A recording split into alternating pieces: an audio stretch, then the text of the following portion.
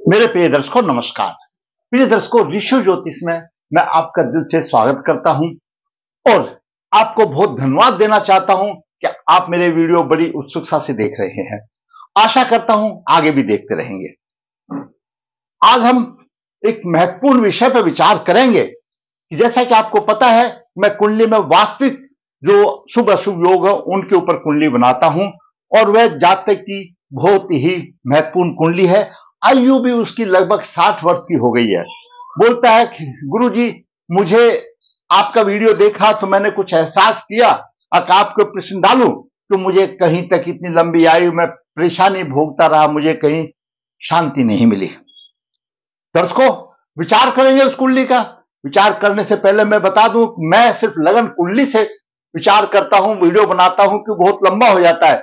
एक एक दोष में दो दो तीन तीन निकल के आ जाते हैं और उससे ज्यादा बनाऊंगा तो वीडियो लंबा होगा, देखेगा कौन। और वह ऐसी कुंडली है, उस कुंडली के तो 4-5 वीडियो बन सकते हैं। और ऐसी कुंडली का उपाय भी गहन अध्ययन और जो वर्क कुंडली देख करके ही सही स्टिक पहुंचता है। ऋषि ज्योतिष नर्मदा जी के तट के नजदीक है नर्मदहर। यहाँ पर काल सर्प दोष पितृ दोष की पूजा की जाती है। जो इच्छुक संपर्क कर सकता है। हाथ से पत्रिका लिखता हूं, जो इच्छुक है संपर्क कर सकता है। निचोड़ देता हूं, पूरी जीवन की राह आसान कर देता हूं। तो आज हम कुंडली में विचार करेंगे। उस जातक की कुंडली में सम्मान में प्राप्ति, समाज में सम्मान की प्राप्ति और प्रसिद्धि का योग है। सेवावृत्ति की भावना भी है, परंतु फिर भी परेशान है क्यों कुछ अशुभ योग हैं। दर्शकों, कुंडलियों में या कहो ज्योतिष में कुछ अशुभ योग ऐसे होते हैं, जैसे अंगारक योग हो गया, विष योग हो गया, ग्रहण योग हो गया। ये सारे योग जो शुभ योग उस कुंडली में होते हुए भी उनका भी सफाया कर देते हैं और बड़ी परेशानी कर देते हैं। आज हम बात करेंगे उन्हीं में से एक है चंद्रमा और शनि का विष योग। दर्शकों, चंद्रमा और शनि का विष योग प्रबल पित्त दोष है। इसका फल ऐसा माना गया कि पूर्व जन्म के माता पिता, खासतौर से माता के प्रति व्यवहार ठीक नहीं होने से वो प्रतिशोध के रूप में उभरता है। और या पूर्व जन्म की कोई ऐसी स्त्री है जिसके साथ व्यवहार ठीक नहीं किया, उसके वजह से मतलब प्रतिशोध के रूप में आता है और यह प्रबल पितृदोष है। और यह दोष भी जीवन में यानी कुंडली के बाकी शुभ अशुभ होने दो उनका सफाया कर देता है।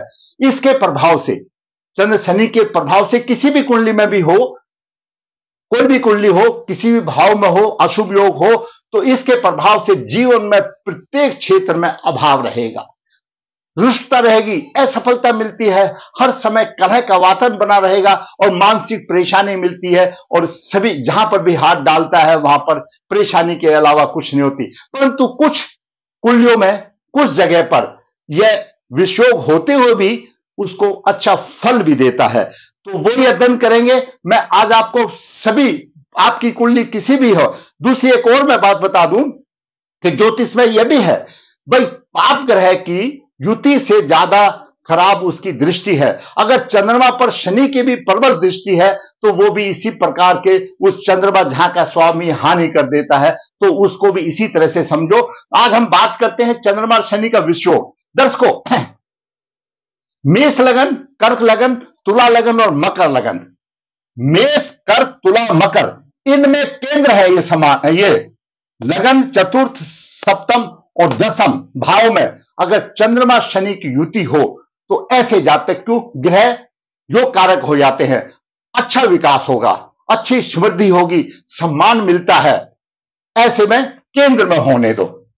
और बाकी इससे आगे जो 8 ग्रह बच जाते हैं, वृष लगन हो गया, मिथुन लगन हो गया, सिंह हो गया, कन्या हो गया, वृश्चिक हो गया, धनु, कुंभ और मीन लगन हो गया, ये 8 लगन बच जाते हैं। उनमें ये प्रभाव नहीं मिलता, ये सिर्फ 4 में ही अच्छा मिलता है। अगर केंद्र में हो, मेष, कर्क, तुला, मकर में ये मिल जाता है। उसके बाद बाकी में नहीं मिलता।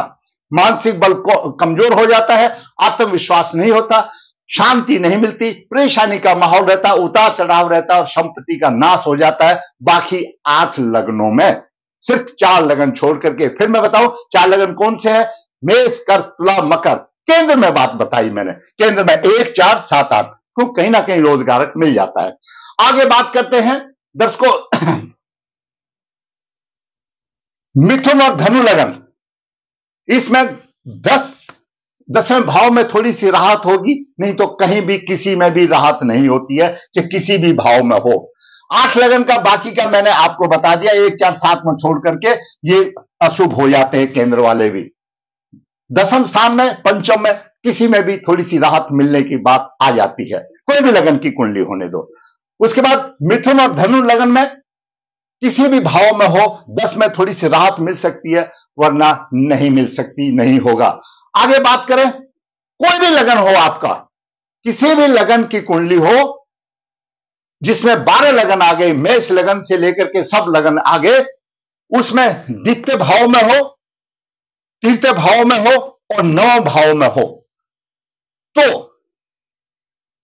द्वितीय भाव में हो, तृतीय भाव में हो, नवम भाव में हो, कोई भी लगन में होने, आर्थिक संकट आएंगे, भाग्य की उन्नति नहीं होगी, दुर्भाग्य का सामना करना पड़ेगा, आमदनी अस्थिर होगी और किसी प्रकार का सुख नहीं मिलता उसको, आपकी कुंडली में अगर द्वितीय तृतीय नवम भाव में हो। दूसरा, कोई भी लगन हो, आपकी किसी भी लगन की कुंडली हो जिसमें 6ठे 8वें 12वें भाव में चंद्रमा शनि की युति हो, जो कोई 12 लगनों में से कोई भी होने दो, इसमें ये 4 भी आएंगे, क्यों, इनमें भी सब परेशानी आएगी।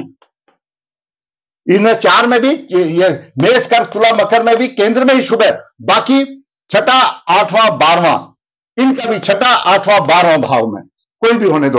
तो 6ठे 8वें 12वें में जब चंद्रमा शनि का वियोग होगा तो शरीर संबंधित परेशानी आएगी, शत्रुओं द्वारा पीड़ित होगा, कोर्ट कचहरी के चक्कर लगेंगे, धन की हानि होगी और सभी सुखों का नाश हो जाएगा, सभी सुखों का नाश हो जाएगा।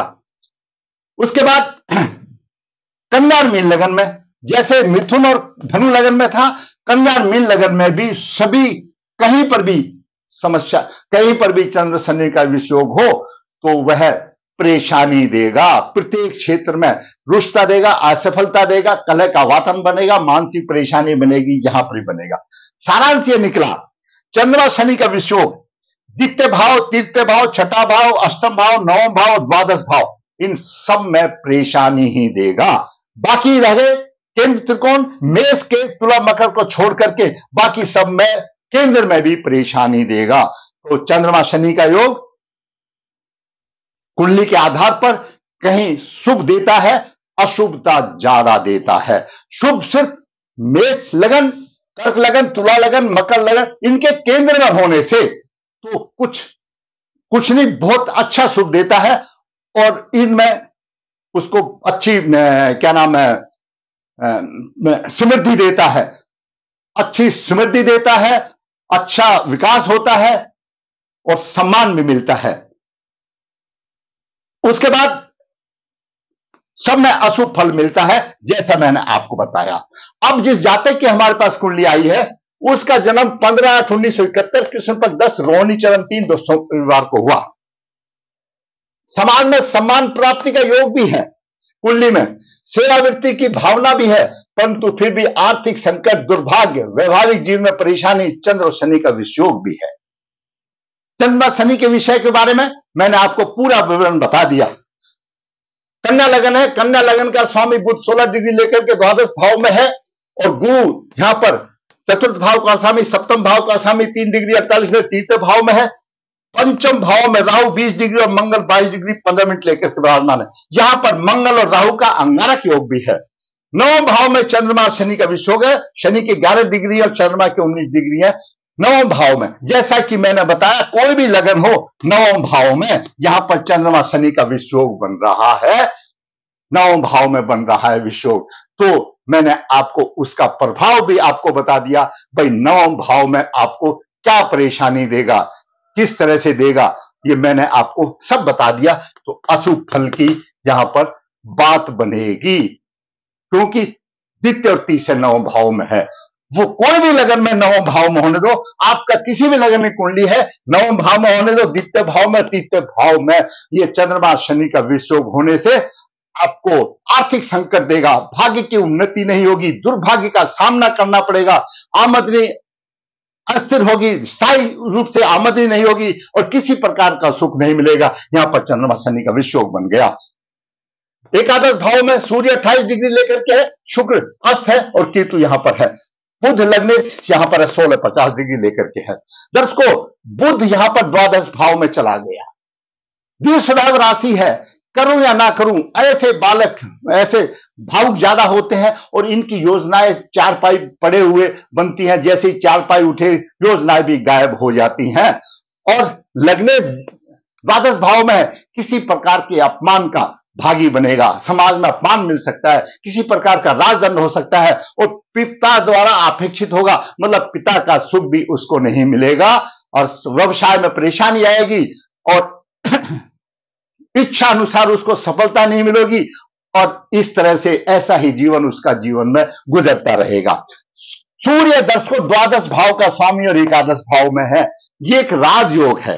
आपकी कुंडली में भी द्वादश भाव का स्वामी अगर एकादश भाव में है, कोई भी होने दो, 12वें भाव का स्वामी एकादश में जब आ जाता है, वो अपने स्थान से व्यय भाव में शुभ फल देता है। बालक सत्यवादी होगा, उसका अच्छा शरीर होगा, शुभ कार्यों में उसकी रुचि होगी और काम उसके ऐसे होंगे कि प्रसिद्धि मिलेगी, समाज में सम्मान भी मिलेगा। ऐसा व्यक्ति देश और समाज को नेतृत्व करने की क्षमता रखता है और हमेशा उसमें सेवा वृत्ति की भावना होगी। लोगों के लिए भलाई के लिए धन का खर्च भी करेगा। परंतु सूर्य अशुभ योग बना गया और सूर्य पीड़ित हो गया और वह चला गया। कैसे पीड़ित हो गया, अब बात देखिए संक्षेप में दर्शकों। चंद्रमा शनि का विषयोग यहां बना, धर्म त्रिकोण 1 2 3, ये धर्म त्रिकोण है। राहु यहां पर आ गया और राहु से भी पीड़ित हो गया और ये 9वां भाव वैसे ही पीड़ित हो गया। शनि की तीसरी दृष्टि यहां पर कर्क राशि में चली गई। कर्क राशि आमदनी के भाव में है, अस्थिर हो गई और धन भाव का स्वामी और भाग्य भाव का स्वामी शुक्र अस्त हो गया, सूर्य से अस्त हो गया, शनि का प्रभाव भी हो गया और साथ साथ दर्शकों राहु का और मंगल का भी प्रभाव हो गया। तो एकादश भाव क्या है? एकादश भाव हमारा काम त्रिकोण का तीसरा पद है। एकादश भाव काम त्रिकोण में कौन से भाव होते हैं? तीसरा भाव, सप्तम भाव, एकादश भाव तीसरा पद है। तीसरे भाव काम त्रिकोण क्या बताता है? तीसरे भाव से छोटे भाई बहन से संबंध वो भी पीड़ित हो गया, शनि से पीड़ित हो गया। सप्तमेश गुरु भी पीड़ित हो गया शनि से। और सप्तम भाव क्या बताता है? जीवन साथी के से जोड़ता है। भावेश गुरु भावेश भी शनि से पीड़ित हो गया। चतुर्थ भाव का पीड़ित हो गया, सप्तम भाव का भी शनि का प्रभाव चला गया।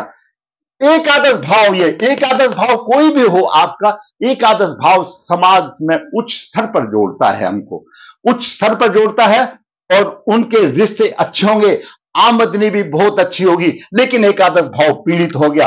कैसे पीड़ित हो गया? शुक्र के 28 डिग्री है, जैसा मैंने बताया, सुख सम्मान का कारक बनता है द्वादश भाव का, और शनि की दृष्टि है। दूसरा, शनि सूर्य पर राहु की भी दृष्टि है और कर्क राशि में मंगल की भी नीच दृष्टि है। अब आप ये देखिए, कर्क राशि पर सूर्य का प्रभाव हो गया, शुक्र का भी हो गया, केतु का भी हो गया, शनि का भी प्रभाव हो गया और राहु का भी प्रभाव हो गया, मंगल का भी प्रभाव हो गया। अकेली कर्क राशि में 3 और 2 5 6 ग्रहों का प्रभाव हो गया और कर्क राशि के स्वामी का चंद्रमा भी पीड़ित हो गया। तो स्वास्थ्य भी कमजोर हो गया। वो तो थोड़ा सा क्या है कि गुरु भाई देख रहा है सप्तम दृष्टि से, थोड़ी सी राहत दी चंद्रमा को भी, और गुरु नवम दृष्टि से यहां देख रहा है, थोड़ी सी राहत दी, समृद्धि नहीं। इसलिए थोड़ा सा काम चल रहा है लटक पटक करके और पूरी उम्र निकल गई। कहीं दान दे दिया, कहीं कुछ कर दिया, कुछ नहीं। लेकिन दर्शकों, जितने भी आपके ये अशुभ योग हैं, कोई भी होने दो, चाहे चंडाल योग होने दो या नरक योग होने दो या ग्रहण योग होने दो, ये साधारण उपाय से इनकी निवृत्ति नहीं होती, क्योंकि ये पूर्व जन्म के प्रभाव लेकर के आए हैं। ये देखना पड़ता है उस जातक ने क्या ऐसे कर्म किए जो ये आया, और उससे संबंधित कारक तो कर्म भी करने पड़ेंगे और उसका पितृदोष निवारण भी करना पड़ेगा, तब जाकर के राह आसान होगी। और इसलिए 60 साल की उम्र हो गई, मतलब 30 और 25 54 साल की उम्र हो गई, अभी तक उसको राहत नहीं की और शनि की महादशा चल रही है। और दर्शकों, रोहिणी नक्षत्र में जन्म है, सर्प योनि है, काल सर्प वैसे ही हो गया। व्याघात योग है, व्याघात योग में तो प्रेत बाधा आ जाती है। मैं अपने अनुभव से, जो मैंने ये थोड़ा सा अनुभव प्राप्त किया, उससे कह सकता हूं कि इनके पूर्व अतृप्त योनि में है। जब तक उनकी उनकी मुक्ति नहीं हो जाती है तृप्ति से, किसी की भी राह आसान नहीं हो सकती, जैसे कि कुंडली में ऐसे योग हैं। तो मैंने आज आपको चंद्रमा शनि का लगभग सभी योगों, सभी कुंडलियों में जो भी योग है, वो जो भी आपका मतलब प्रभाव है, वो मैंने बताया। और जातक की कुंडली में चंद्रमा शनि का योग विधि हिसाब से बन रहा है, 9 भाव में बन रहा है। भाग्य तो खत्म हो गया, समाज में सम्मान प्रसिद्धि का योग है, सूर्य यहां सम्मान दे रहा है, सेवा वृत्ति दे रहा है, सूर्य आर्थिक संकट दे रहा है, दुर्भाग्य भी बन गया, और वैवाहिक जीवन तो सब में यहां से पीड़ित है, परेशानी, चंद्रमा शनि का वियोग। इसका मैंने आपको अपनी समझ से, अपने झूठ से, शास्त्रों के अनुसार छोटा करके आपके मार्गदर्शन के लिए प्रस्तुत किया। अगर आप समझते हैं कि ये वीडियो आपके कहीं मार्गदर्शन कर सकता है, तो भाई मैं कहूंगा आप मेरे वीडियो को लाइक करें, जिससे मेरा चैनल सब्सक्राइब नहीं है सब्सक्राइब करें। आप कमेंट्स बॉक्स में लिखिए, आपके कमेंट्स मेरा मनोवृत्ति आगे बढ़ाते हैं, मेरा हौसला बढ़ाते हैं, और मैं समझता हूं भाई मेरे दर्शक को मेरा वीडियो अच्छा लगा। फल अशुभ देना, फल देना प्रभु के हाथ में, लेकिन ये तो आप समझ सकते हैं आपका मार्गदर्शन हुआ या नहीं हुआ। आप कमेंट्स बॉक्स में लिखिए, जिसको अच्छा लगा है वो लाइक कीजिए, जिसने चैनल सब्सक्राइब नहीं है सब्सक्राइब कीजिए, और ताकि आगे वाली वीडियो आपको सबसे पहले मिल जाए, आपका मार्गदर्शन हो। धन्यवाद।